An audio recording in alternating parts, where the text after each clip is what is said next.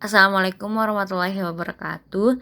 Di sini saya Nabila Askanihla, NPM 106 dari kelas B angkatan 2018 akan menjelaskan sedikit materi tentang manajemen supply. Sistem pengelolaan obat.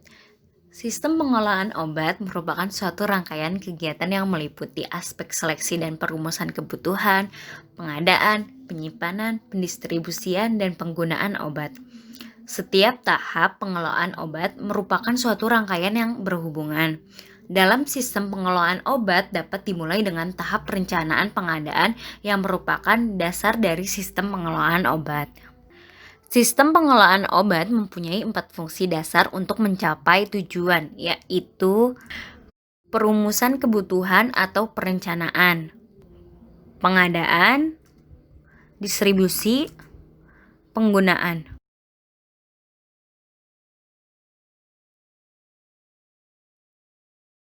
Secara garis besar, tahap pengelolaan obat dibagi menjadi 4 tahap, yaitu tahap perencanaan.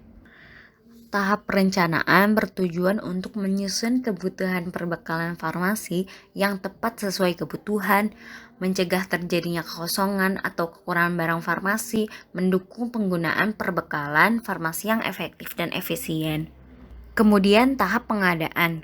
Tahap pengadaan bertujuan untuk memenuhi kebutuhan perbekalan farmasi yang berkualitas berdasarkan fungsi perencanaan dan penentuan kebutuhan. Kemudian tahap penerimaan. Tahap penerimaan bertujuan untuk mendapatkan perbekalan farmasi yang berkualitas sesuai kebutuhan. Dan yang terakhir, tahap penyimpanan. Tahap penyimpanan bertujuan untuk menjaga agar mutu perbekalan farmasi tetap terjamin dan menjamin kemudahan saat mencari perbekalan farmasi dengan cepat pada waktu dibutuhkan untuk mencegah kehilangan perbekalan farmasi.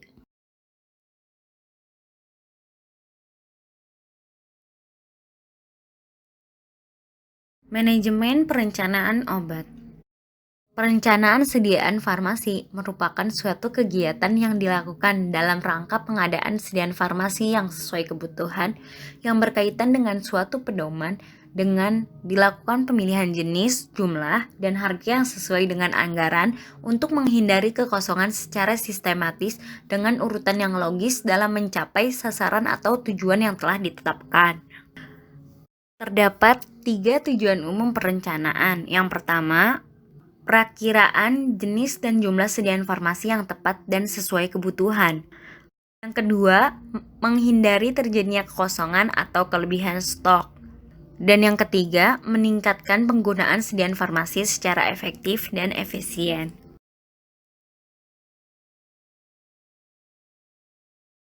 Tahapan perencanaan.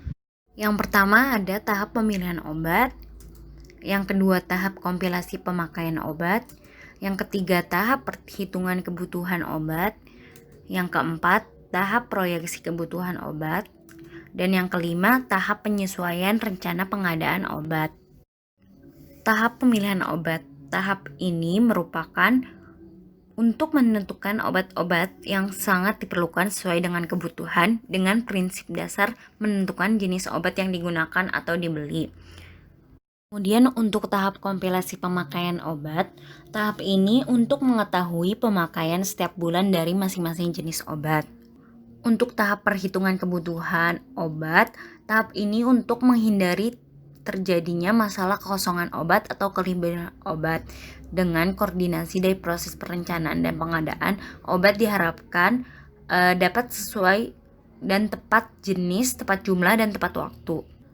Kemudian untuk tahap proyeksi kebutuhan obat, tahap ini untuk menaksir keuangan keperluan pengadaan obat berdasarkan biaya per pasien yang diobati setiap macam-macam level dalam sistem kesehatan yang sama.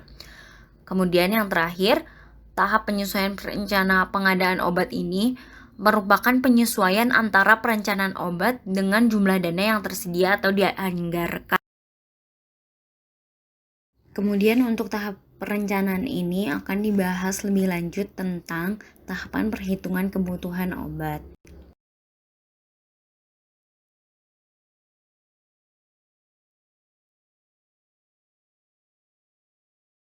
yaitu perhitungan metode konsumsi.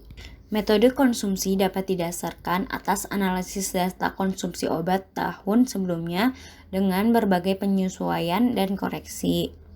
Metode ini memiliki rumus yaitu CT sama dengan dalam kurung CA dikali T ditambah SS dikurangi sisa stok dengan keterangan CT merupakan kebutuhan per periode waktu, CA merupakan kebutuhan rata-rata per bulan, T merupakan lama kebutuhan yaitu bulan per tahun, dan SS merupakan safety stock.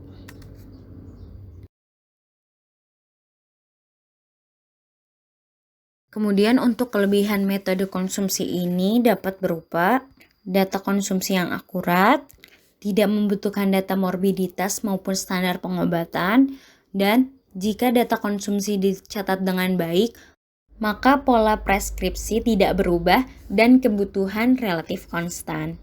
Kemudian untuk kekurangan dari metode konsumsi ini berupa kesulitan untuk mendapatkan data yang dibutuhkan, tidak dapat dijadikan dasar mengkaji penggunaan obat dan perbaikan pola preskripsi, tidak dapat diandalkan jika terjadi kekurangan stok obat lebih dari 3 bulan, dan obat yang berlebih atau adanya kehilangan obat.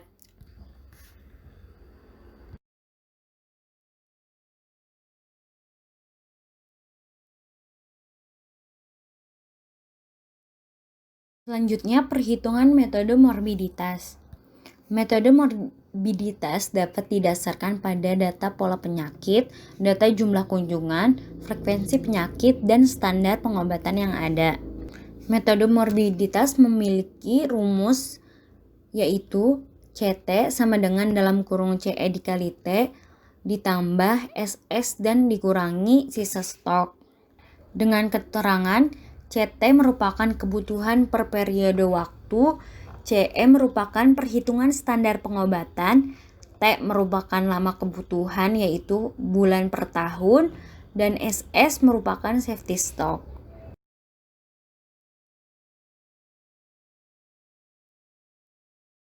Kemudian untuk kelebihan dari metode morbiditas, yaitu perkiraan kebutuhan mendekati kebenaran. Program-program yang baru dapat digunakan metode ini. Usaha memperbaiki pola penggunaan obat dapat didukung oleh standar pengobatan. Dan untuk kekurangannya yaitu yang pertama, memerlukan waktu yang banyak dan tenaga yang terampil. Data penyakit sulit diperoleh secara pasti dan kemungkinan terdapat penyakit yang tidak masuk dalam daftar karena tidak ada laporan. Memerlukan sistem pencatatan dan pelaporan yang baik. Pola penyakit dan pola preskripsi tidak selalu sama. Dapat terjadi kekurangan obat karena ada wabah atau kebutuhan insidentil. Dan yang terakhir, variasi obat yang terlalu luas.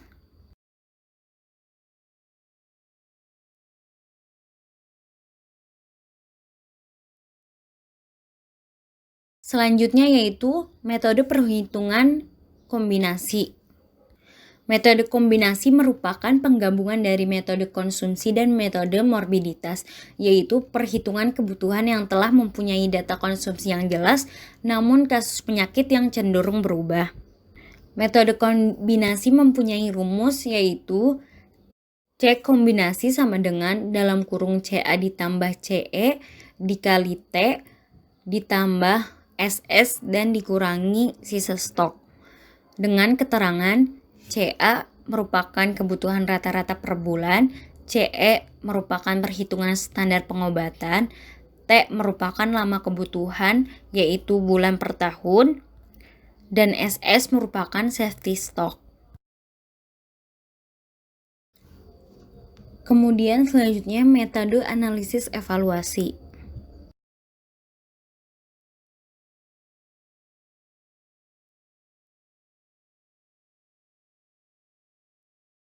Pertama yaitu metode analisis ABC. Analisis ABC dilakukan dengan mengelompokkan obat berdasarkan kebutuhan dananya, yaitu yang pertama kelas A.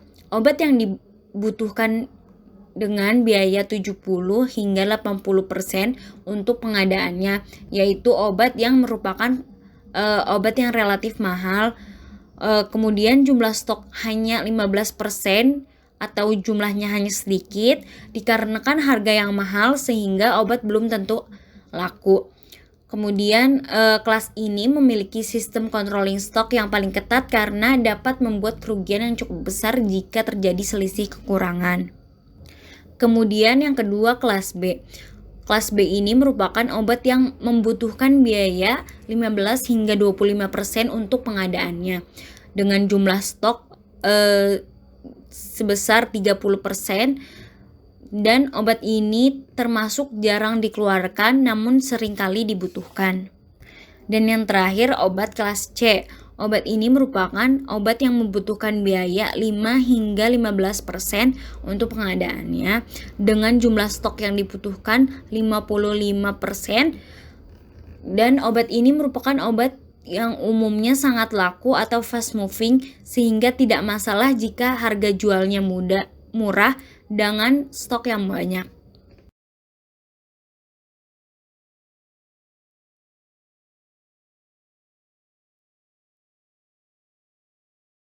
Selanjutnya, metode analisis Venn.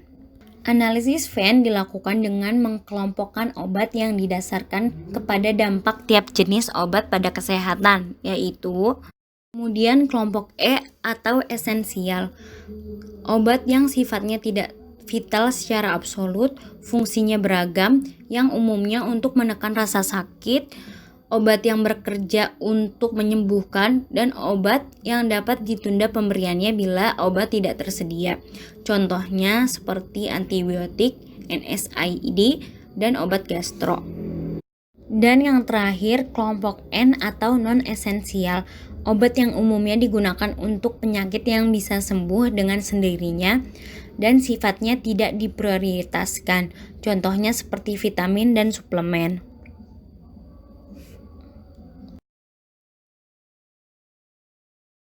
Kemudian ada metode kombinasi analisis Venn dan ABC dengan kombinasi yang terdapat pada tabel. Tujuan pengkombinasian metode Venn dan ABC adalah untuk mengetahui penentuan prioritas obat dalam pengadaan sehingga pelayanan dan pendapatan dapat seimbang. Urutan prioritas dimulai dari urutan yang paling diprioritaskan, yakni 9 hingga 1. Selanjutnya, manajemen pengadaan obat. Pengadaan merupakan suatu proses penyediaan obat yang dibutuhkan rumah sakit dan unit pelayanan kesehatan lainnya yang diperoleh dari pemasok eksternal melalui pembelian dari manufaktur, distributor, atau pedagang besar farmasi. Pengadaan harus diatur sedemikian rupa agar dapat berproses dengan lancar dan teratur. Salah satunya dengan diperlukan struktur beberapa komponen, yaitu yang pertama, personil yang terlatih dan menguasai permasalahan pengadaan. Yang kedua, metode dan prosedur yang jelas. Yang ketiga, sistem informasi yang baik. Yang keempat, didukung dengan dana dan fasilitas yang memadai.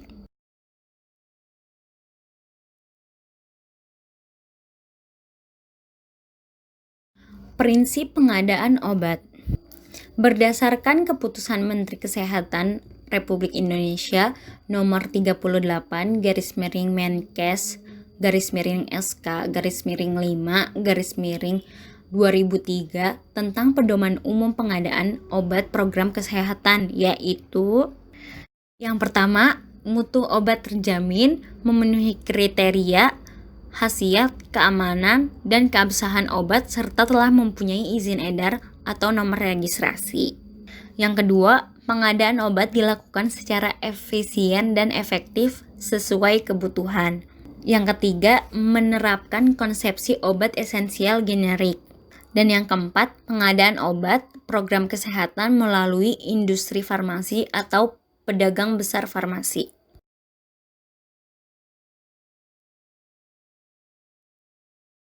Metode pengadaan obat. Metode pengadaan obat mencakup pemilihan kebutuhan, penyesuaian kebutuhan dan dana, pemilihan metode pengadaan, penetapan atau pemilihan pemasok, penetapan masa kontrak, pemantauan status pemesanan, penerimaan dan pemeriksaan obat, pembayaran, penyimpanan, pendistribusian dan pengumpulan informasi penggunaan obat. Pengadaan yang dipilih harus dilakukan dengan teliti, jika tidak dapat menjadikan biaya yang lebih tinggi dari perencanaan. Memastikan penyusunan dan persyaratan untuk menjaga agar pelaksanaan pengadaan terjamin mutu, misalnya persyaratan masa kadaluarsa, sertifikat analisa atau standar mutu, memiliki material safety data sheet untuk bahan berbahaya, dan untuk alat kesehatan memiliki sertifikat of origin. Proses pengadaan dikatakan baik apabila tersedianya obat dengan jenis dan jumlah yang cukup sesuai dengan mutu yang terjamin serta dapat diperoleh pada saat diperlukan. Terdapat pengadaan khusus untuk obat golongan narkotika dan golongan psikotropika. Pada pengadaan obat golongan narkotika harus melalui pedagang besar farmasi. Khusus untuk narkotik, 1 lembar surat pesanan hanya untuk 1 jenis obat dan harus ditandatangani oleh apoteker penanggung jawab apotek dengan mencantumkan nama dengan SIK, alamat, serta stempel apotek. Sedangkan untuk pengadaan obat golongan psikotropika menggunakan surat pesanan model khusus. Penggunaannya pada apotek harus dilaporkan setiap bulan, selambat-lambatnya tanggal 10 bulan berikutnya ke pihak yang berwenang.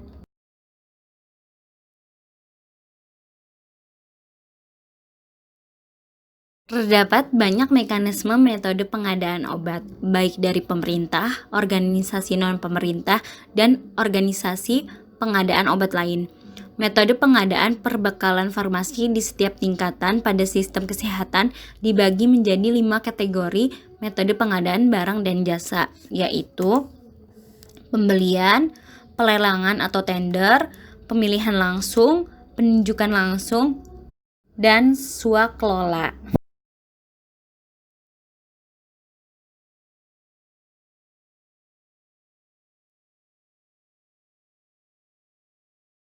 Selanjutnya, manajemen penyimpanan obat.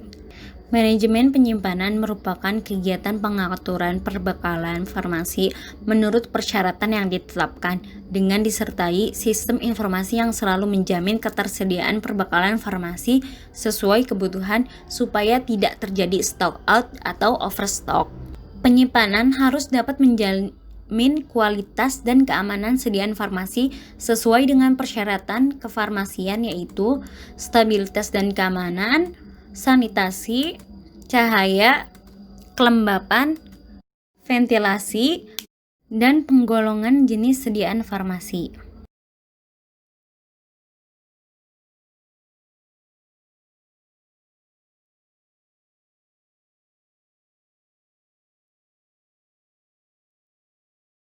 Tujuan penyimpanan obat. Yang pertama, menjamin keamanan dari kehilangan, kerusakan, kecurian, dan kebakaran. Yang kedua, memelihara mutu barang dan menjaga keberlangsungan persediaan atau ketersediaan stok. Yang ketiga, memudahkan dalam pencarian dan pengawasan masa kadaluarsa. Yang keempat, mengatur aliran barang dari tempat penyimpanan ke pengguna. Dan yang kelima, menjamin pelayanan yang cepat dan tepat.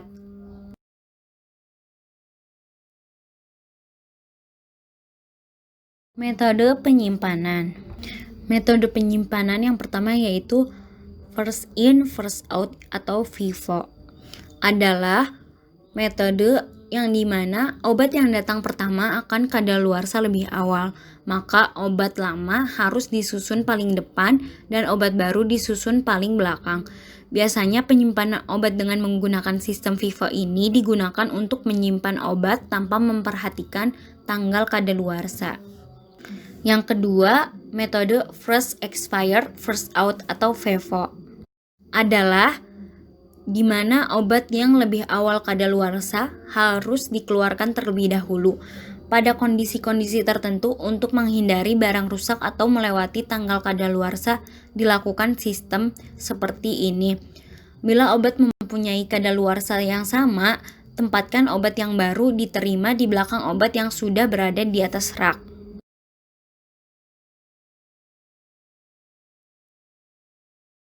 Metode penyimpanan lain dapat berupa yang pertama berdasarkan abjad untuk mempermudah pengambilan obat, dan untuk penyimpanan berdasarkan abjad harus disesuaikan juga berdasarkan bentuk sediaan. Yang kedua, berdasarkan jenis obat generik dan non-generik. Jenis tersebut dipisahkan dan disusunkan berdasarkan abjad dan bentuk sediaannya. Hal tersebut untuk mempermudah pengambilan obat baik generik maupun non-generik. Ketiga, berdasarkan kelas terapi obat. Obat tersebut dikelompokkan berdasarkan khasiat atau indikasi obat. Yang keempat, berdasarkan bentuk sediaan. Terdapat macam-macam bentuk sediaan obat, maka sebaiknya obat yang mempunyai kesamaan bentuk sediaan disimpan secara bersamaan di lemari obat. Yang kelima, berdasarkan stabilitas obat. Dikarenakan obat-obat yang disimpan bisa mengalami kerusakan karena stabilitas obatnya terganggu, maka harus memperhatikan unsur-unsur kestabilan obat.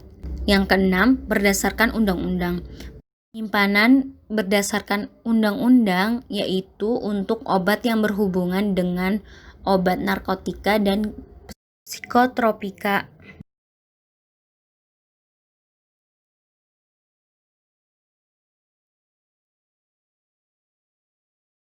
Persyaratan ruang penyimpanan. Yang pertama yaitu accessibility, harus cepat dan mudah diakses.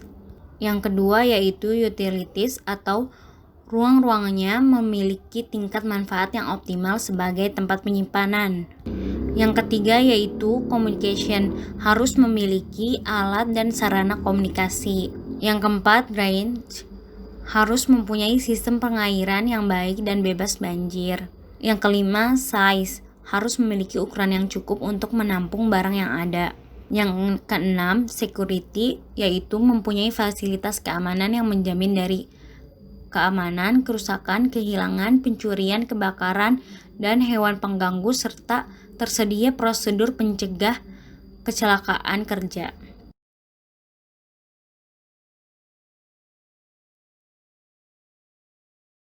Penyimpanan obat di apotek. Obat disimpan dalam wadah tertutup rapat untuk obat yang mudah menguap seperti alkohol. Obat disimpan pada tempat kering dan terlindung dari cahaya untuk obat-obat yang berbentuk tablet, kaplet, dan sirup. Obat disimpan bersama dengan zat pengering dan penyerap lembab untuk obat-obat yang berbentuk kapsul. Obat disimpan pada suhu sejuk untuk sediaan obat seperti krim, ovula, dan supositoria. Sekian materi yang dapat saya sampaikan. Untuk perhatiannya, terima kasih. Wassalamualaikum warahmatullahi wabarakatuh.